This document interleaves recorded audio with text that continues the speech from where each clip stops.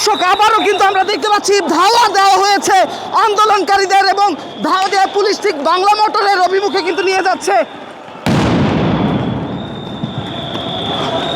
দর্শক আমরাও আপনাদেরকে দেখাতে চাই এই মুহূর্তে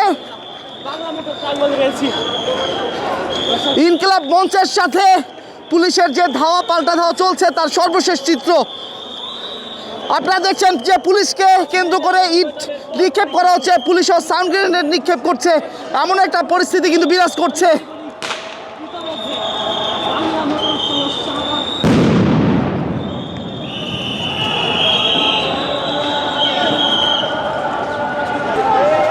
দর্শক আমরা একটু আপনাদেরকে জানিয়ে রাখি যে ইট কিন্তু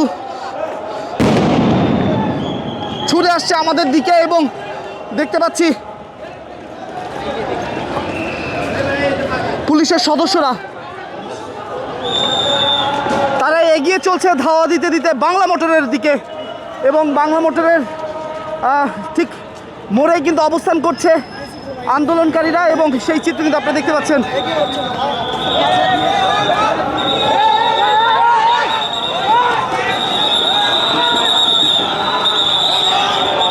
দর্শক পুলিশ কিন্তু আবারও সামনের দিকে এগিয়ে চলছে।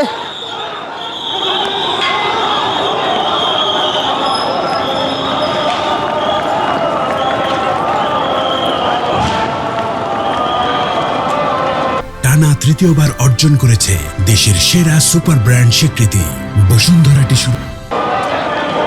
দর্শক আমরাও আরো সামনে এগিয়ে যেতে চাই, আপনাদেরকে দেখাতে চাই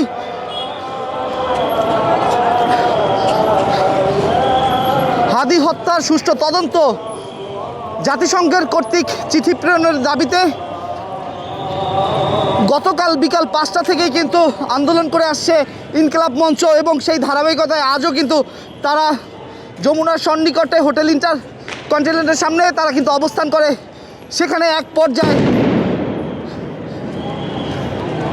আন্দোলনকারীদের সাথে পুলিশের ব্যারিকেড ভাঙার প্রচেষ্টা চলমান অবস্থায় ধাওয়া পাল্টা দেওয়ার মতো ঘটনা সেটি কিন্তু এখনও চলমান রয়েছে। দর্শক পুলিশ কিন্তু ইতিমধ্যে বাংলা মোটরে চলে এসেছে এবং পুরো জায়গা জুড়ে কিন্তু তারা তল্লাশি করছে আন্দোলনকারীদের ছত্রভঙ্গ করে দিতে।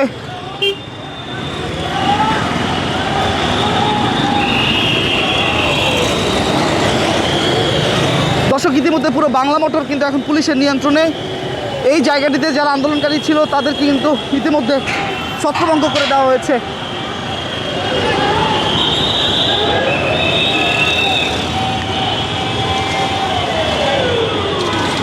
দর্শক আপনারা দেখতে পাচ্ছেন পুলিশের সাথে ধাওয়া পাল্টা দেওয়ার সর্বশেষ চিত্র। সঙ্গে ছিলাম আমি মোহাম্মদ রায়হান হোসেন, আপনারা দেখছেন কালের কণ্ঠ।